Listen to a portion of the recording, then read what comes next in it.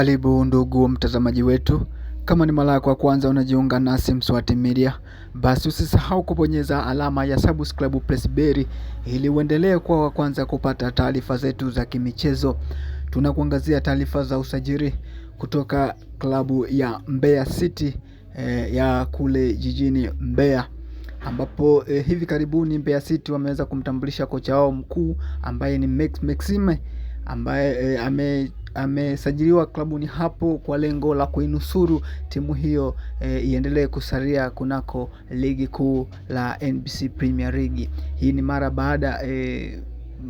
mara baada ya Mbeya City kupokea kichapo cha goli 3-0 dhidi ya Simba Sport Club katika uwanja wa Meja Jenerali Isamuhyo jijini Dar es Salaam. Hivyo Mbeya City, uongozi wa Mbeya City waliweza kufanya mchakato wa haraka kuhakikisha wanasajili kocha na kupata kocha ambaye anaweza kuwabakisha katika ligi kuu ya NBC Premier League.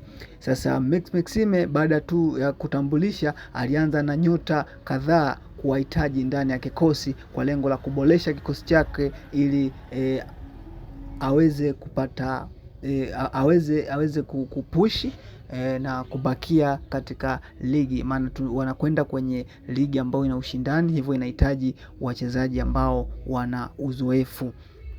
Basi ameanza na Faridi Musa Maliki kutokea pale Young Africans. Anamhitaji mchezaji huyo awepo katika kikosi chake cha Mbeya City. Sasa uongozi wa Mbeya City umetuma rasmi maombi kwa klabu hiyo ya Young Africans, na inasemekana kwamba klabu ya Young Africans imekubali kumtoa mchezaji huyo aende kule Mbeya City. Hivyo kupitia mazungumzo hayo inasemekana kwamba mazungumzo yalikuwa mazuri na walikubaliana vizuri. Kilichobakia tu yalikuwa ni maslahi binafsi kati ya mchezaji na timu ya Mbeya City ili kuona uwezekano wa kumsajili moja kwa moja.